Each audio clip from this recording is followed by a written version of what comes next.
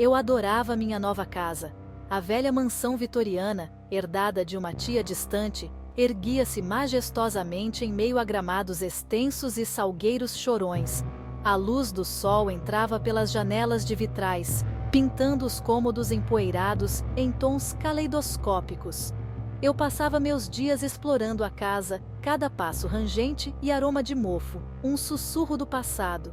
A paz tomava conta de mim como um cobertor quente. Eu me sentia estranhamente em casa. À medida que as semanas se passavam, uma inquietação sutil se insinuava na existência pacífica de Clara. O silêncio da casa, antes reconfortante, agora a oprimia, pontuado por sons inexplicáveis. Tábuas do assoalho rangiam em quartos desocupados. Sussurros pareciam emanar das paredes. Inicialmente, eu descartei esses acontecimentos como truques de uma imaginação hiperativa. Afinal, a casa era velha. Era natural que tivesse suas peculiaridades.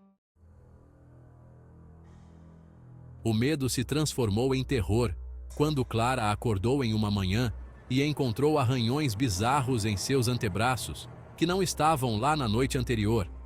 Eram profundos demais para serem auto-infligidos, parecendo que garras tivessem rasgado sua pele, deixando marcas que pareciam de outro mundo.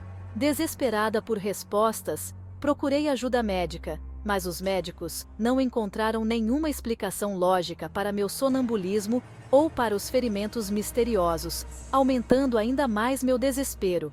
Dormir se tornou um santuário evasivo. Cada noite uma descida a um desconhecido aterrorizante, onde o descanso era substituído por medo constante.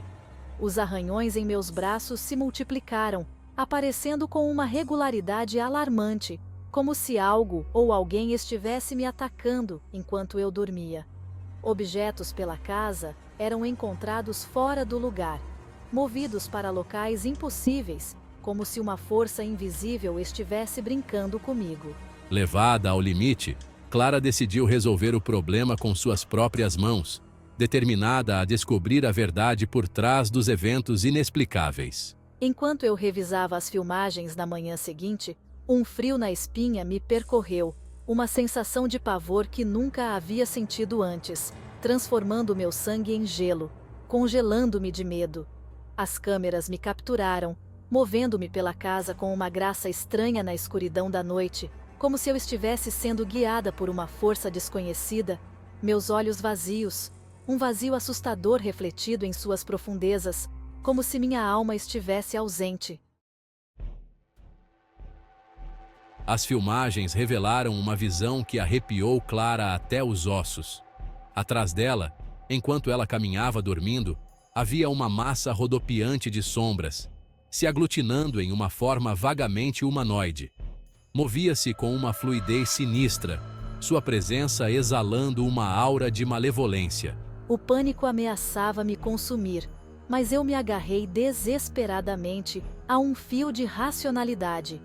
Isso estava além da esfera da explicação médica, aventurando-se no território do sobrenatural. Eu precisava de ajuda, e precisava agora. Uma busca frenética online a levou ao Dr. Elias Thorne, um renomado investigador paranormal. Você tem um convidado indesejado, Clara. Um espírito ligado a esta casa, usando você como um canal para realizar seus negócios inacabados. O medo se instalou no estômago de Clara. Ela estava presa em um pesadelo, e a única saída era através do âmago de seu medo. O Dr. Thorne se moveu com uma eficiência prática, transformando a sala de estar em um espaço de significado ritualístico. Cada movimento era calculado, cada objeto colocado com precisão, como se ele estivesse seguindo um plano invisível. Ele organizou velas em um padrão geométrico específico, suas chamas bruxuleantes lançando sombras dançantes nas paredes. As sombras pareciam ganhar vida própria, criando uma atmosfera de mistério e expectativa. Eu observava, uma mistura de fascínio e pavor girando dentro de mim. Nunca tinha visto algo assim antes, e a sensação de estar à beira do desconhecido era ao mesmo tempo aterrorizante e emocionante. Precisamos confrontar essa entidade, Clara. Este ritual irá atraí-la, forçá-la a se revelar. Mas esteja avisada, não será fácil. A entidade é poderosa e astuta, e qualquer erro pode ser fatal. Os espíritos são atraídos pelo medo, pela raiva, por qualquer emoção forte. Você deve permanecer calma, centrada. Seu medo é a arma dela. Sua força é a ruína dela. Lembre-se, Clara, sua mente é sua maior defesa. Clara assentiu, seu coração batendo forte contra suas costelas. Ela sabia que precisava ser forte, mas a ansiedade era quase insuportável. Conforme a escuridão caía, o ritual começou. A sala estava imersa em sombras, e a única luz vinha das velas. O Dr. Thorne começou a entoar cânticos em uma língua que eu não reconheci, sua voz ressoando com um poder ancestral. Cada palavra parecia carregar um peso imenso, reverberando no ar. As sombras na sala pareciam se contorcer e enrolar, como se estivessem imbuídas de vida própria. Era como se o próprio ambiente estivesse respondendo aos cânticos. Senti um frio na espinha subir, apertando seu aperto ao redor do meu coração. A sensação era quase paralisante, como se algo invisível estivesse me observando. O ar ficou denso de expectativa, crepitando com uma energia invisível. Cada segundo que passava aumentava a tensão, e eu sabia que algo monumental estava prestes a acontecer. Uma rajada de vento repentina apagou as velas, mergulhando a sala na escuridão. O terror, primal e instintivo, percorreu Clara. Oh não! O que é isso?